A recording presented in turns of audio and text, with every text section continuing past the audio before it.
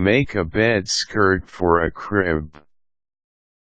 Bed skirts for cribs are important for new parents, especially if they want the nursery to be perfect for their child.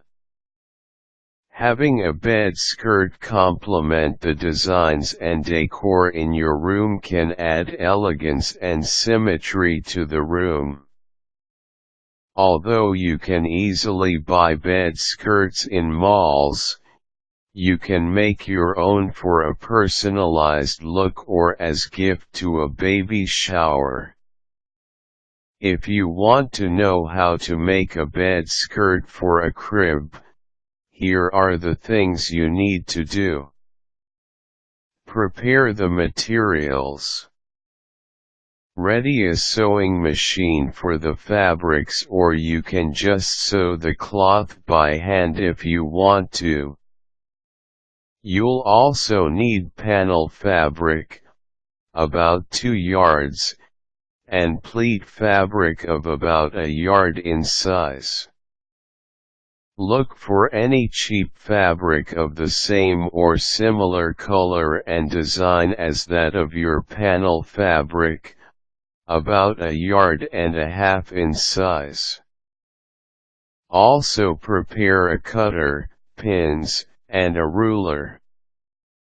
Ready the cloths.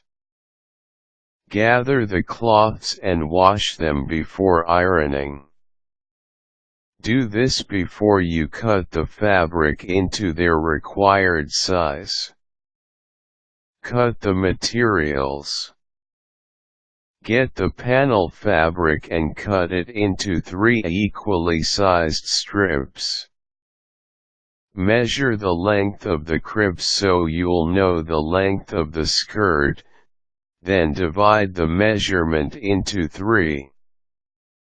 Normally, the length would be 14½ inches each. For the shorter panels, cut the strips into 6 pieces with 9.5 inches width, and for the longer panels, cut the strips into 8 panels of 13 inches each. For the pleat fabric, cut it into 3 pieces. They should be of equal length and size, about 14½ inches long. From these strips, make 10 pieces with 7.5 inches in width. Put the pieces together. Use pins to put the fabric pieces together. Get the pieces from the shorter panels and line 3 fabric strips together. Pin them together with the tops lined together. As for the longer panels, line and pin together 4 fabric strips, also with the tops lined together. You'll come up with 2 sets of each. Sew the pieces.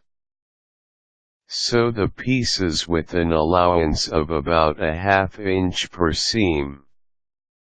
Serge the ends so the edges doesn't fray.